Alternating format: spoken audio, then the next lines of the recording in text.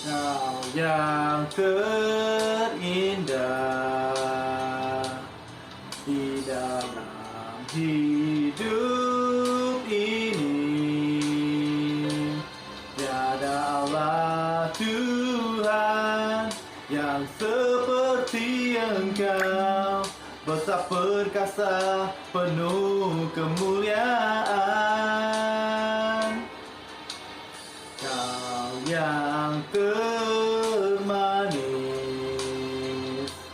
di dalam hidup ini.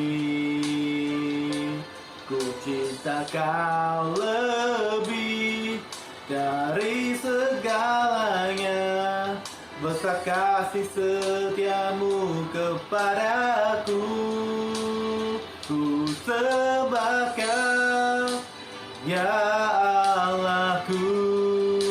Ku tinggikan nama-Mu selalu, tiada lutut tak bertelut menyembah Yesus Tuhan Rajaku.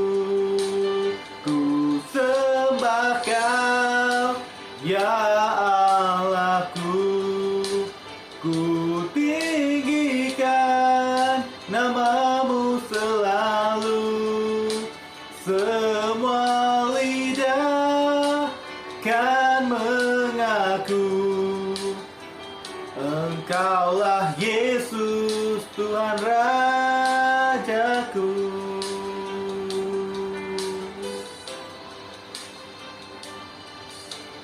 Kau yang termanis di dalam hidup ini.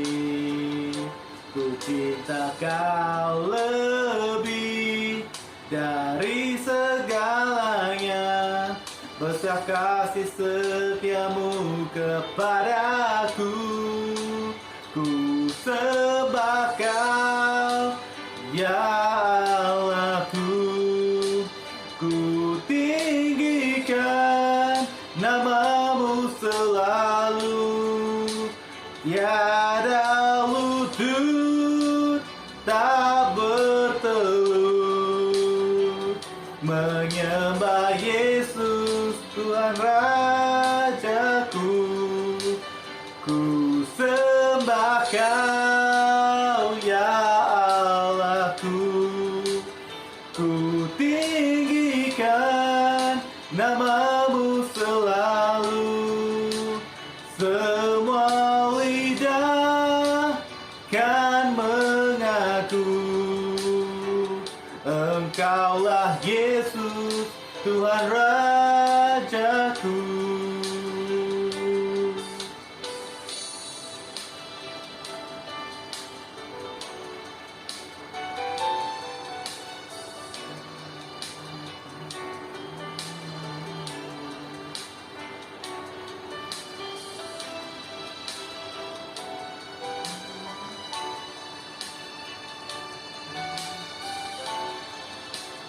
Ku sembah Kau, ya Allahku.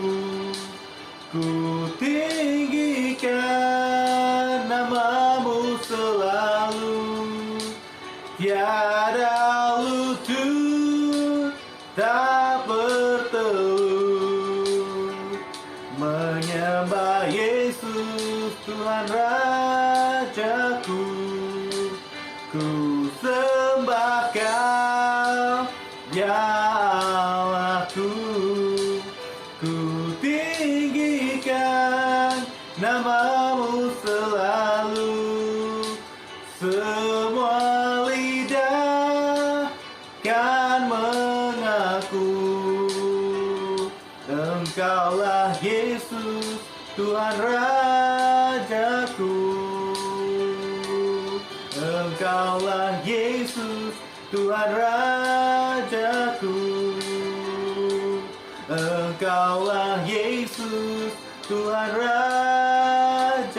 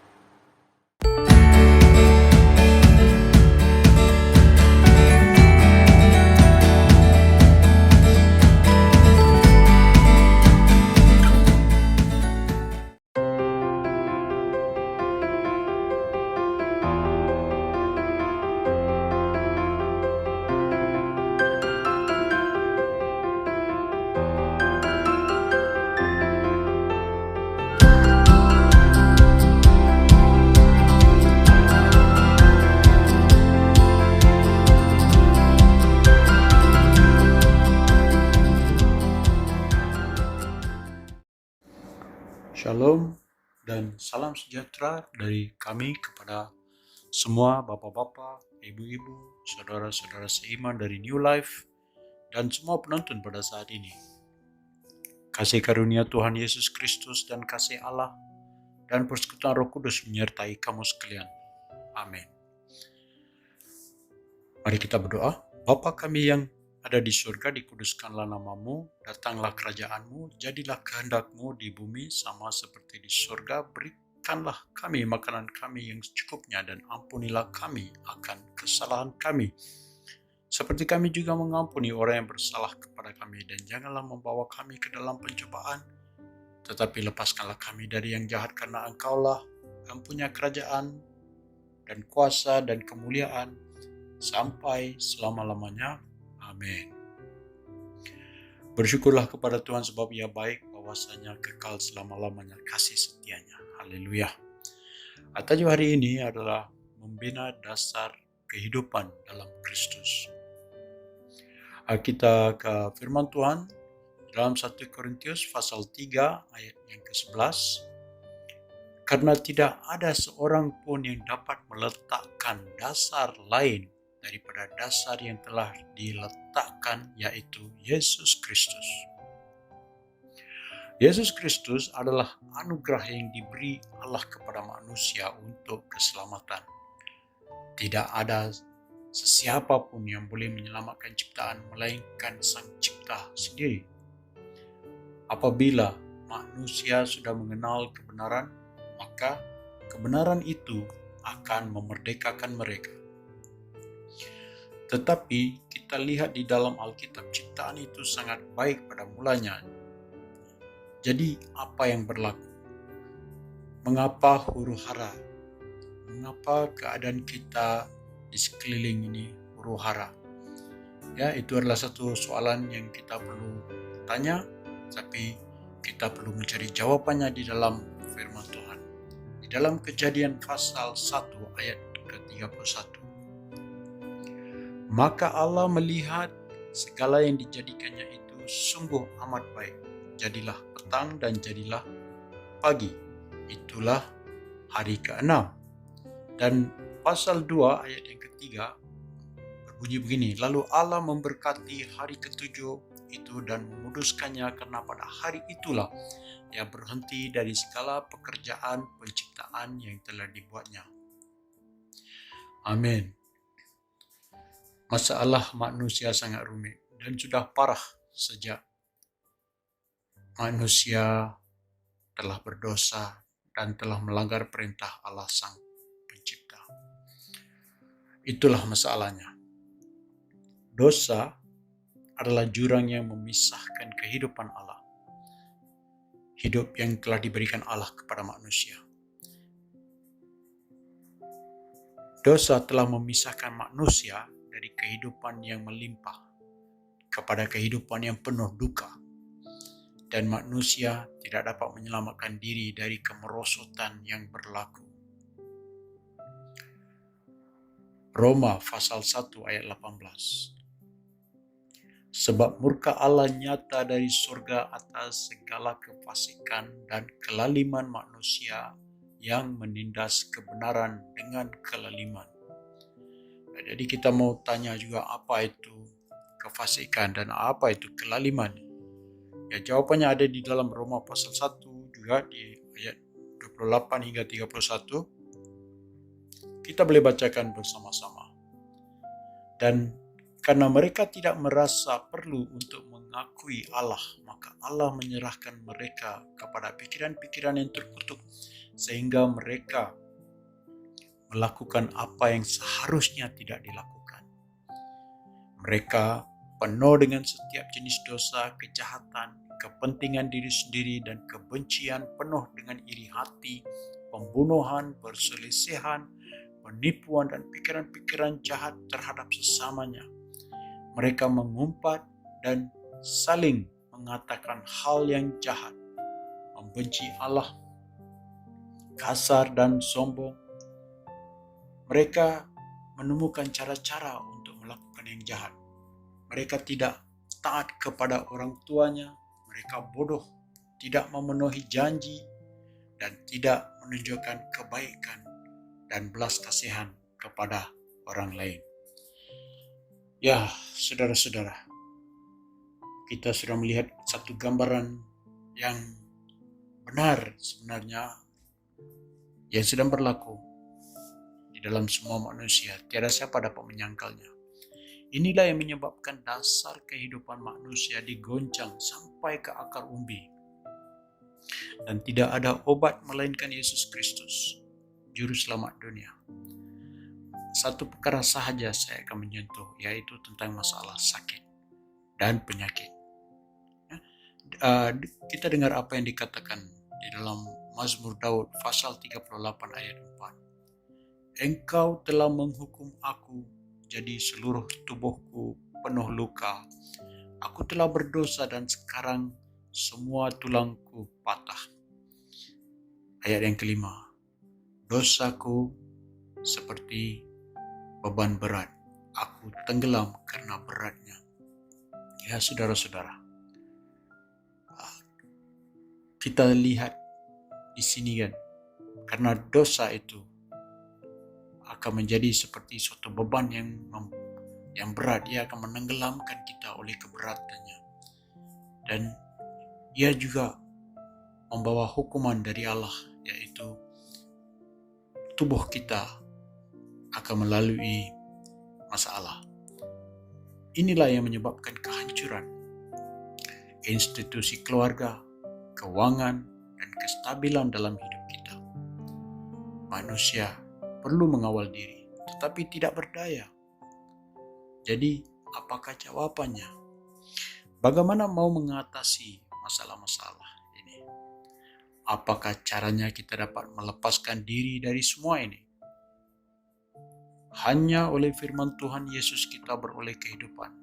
Apabila kita mendengar firman Tuhan Yesus, maka timbullah iman melalui pendengaran itu. Dan dari situ, hidup yang berlimpah ini Tuhan memberikan. Karena itulah sebabnya Yesus datang untuk memberi hidup yang melimpah kepada semua yang percaya. Tidak ada jalan lain melainkan hanya melalui Yesus yang berfirman, Akulah jalan, kebenaran, dan hidup. Ya saudara-saudara, kita lihat pada hari ini sains perubatan mengatakan penyakit-penyakit seperti kanser, penyakit jantung, AIDS, dan bermacam-macam lagi untuk menamakan beberapa penyakit.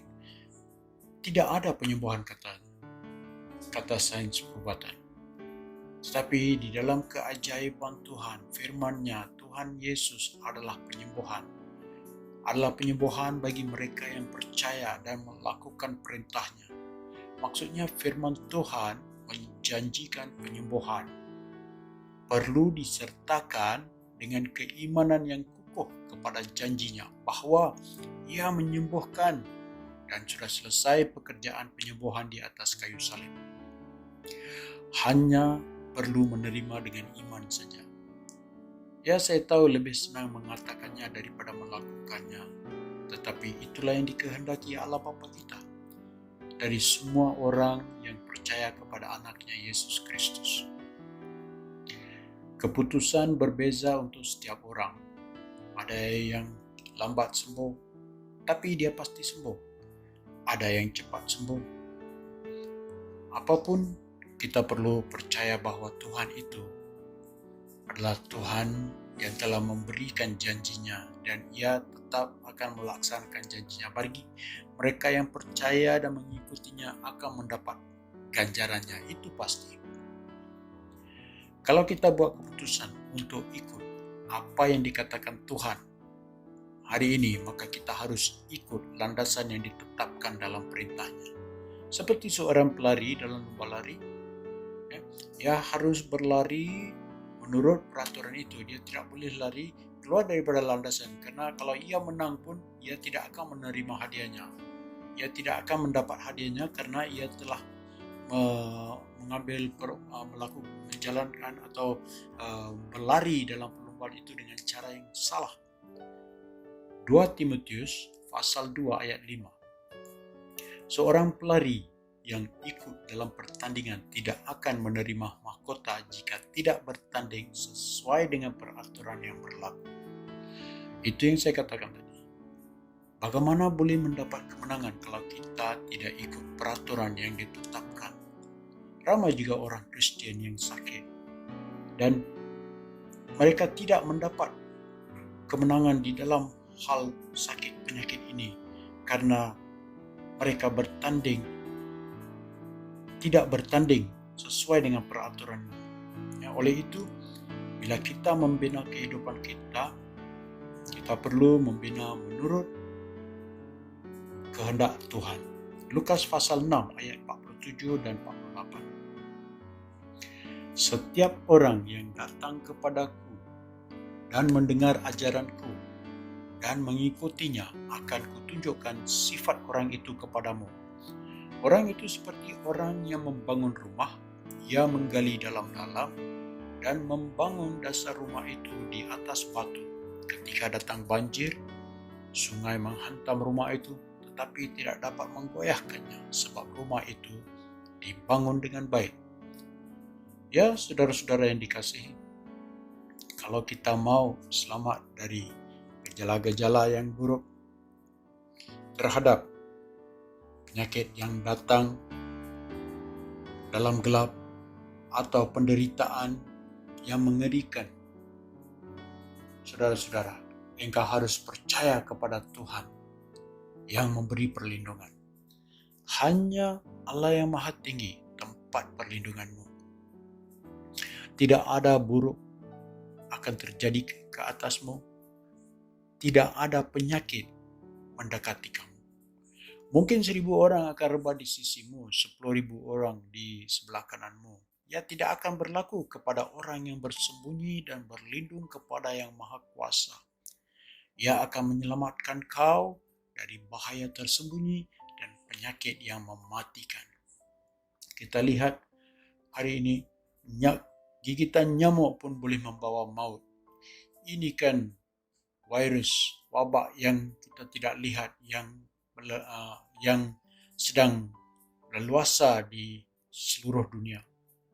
Sebab itu kita perlukan Tuhan dan kita perlu melakukan kehendak-Nya dan percaya kepada firman-Nya. Ya saudara-saudara, Yesus Kristus mati untuk manusia supaya manusia beroleh hidup kekal. Apalah guna hidup yang ada keuangan yang banyak tetapi disalurkan kepada institusi perubatan? Apalah gunanya hidup yang panjang umur kiranya perlu hidup dalam kesakitan? Inilah pergumulan Daud dalam Mazmur pasal 6 ayat 3 dan 4. Tuhan, kasihanilah aku sakit dan lemah, sembuhkanlah aku, ya Tuhan. Tulang-tulangku gemetar, seluruh tubuhku gemetar. Tuhan, berapa lama lagi Engkau akan sembuhkan aku? Bukankah ini keluhan setiap manusia yang sakit?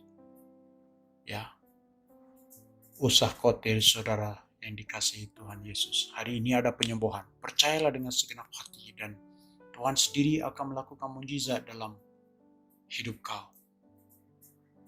Yohanes pasal 5 ayat 24 berbunyi begini. Yakinlah semua orang yang mendengar perkataanku dan percaya kepada Dia yang mengutus aku, orang itu menerima hidup yang kekal. Orang itu tidak akan dihakimi sebab ia sudah meninggalkan maut dan masuk ke dalam hidup. Ya saudara-saudara, mari kita percaya kepada Yesus yang telah menjadi pemenang atas maut, yang telah mendapat kemenangan di atas kematian, di atas kayu salib. Mari kita satukan hati kita dan berdoa. Percayalah Tuhan sudah mendengar dan menjawab doa ini. Tuhan, ampuni segala pelanggaran-pelanggaran dan dosa-dosaku terhadap-Mu, karena terhadap-Mu sahaja aku telah berdosa. Aku berusaha dengan segenap hatiku, tolonglah aku. Bukalah mata hatiku supaya aku melihat semua perbuatan-Mu yang mengagumkan. Aku terbaring di sini. Orang yang tidak ada nyawa, seperti seorang yang tidak ada nyawa, berfirmanlah dan aku akan hidup oleh kuasa kasih-Mu. Aku sedih dan lelah. berikanlah firman-Mu dan aku akan kuat kembali. Perhatikanlah aku dan sayangilah aku seperti Engkau telah lakukan terhadap orang-orang yang mengasihi nama-Mu. Bimbinglah aku supaya seperti yang telah Kau janjikan, janganlah biarkan kejahatan terjadi atasku. Terimalah hamba-Mu, aku memanggil Engkau dengan segenap hati. Selamatkanlah aku dan aku akan mematuhi peraturan-Mu. Aku mengucap syukur dari lubuk hatiku atas penyembuhan rohani dan fisikal dalam hidupku dan tubuhku. Biarlah semua ini memberi kemuliaan bagi nama-Mu, Tuhanku Yesus Kristus. Amin. Ya saudara-saudara, hari ini penyembuhan berlaku oleh Roh Kudus yang menjadi penolong dan penghibur kamu. Menyembuhkan kau oleh kepercayaanmu dalam Kristus Yesus. Haleluya. Terimalah karena Tuhan sudah mendengar doa kita ini. Kiranya Tuhan Yesus memberkati Anda semua. Amin.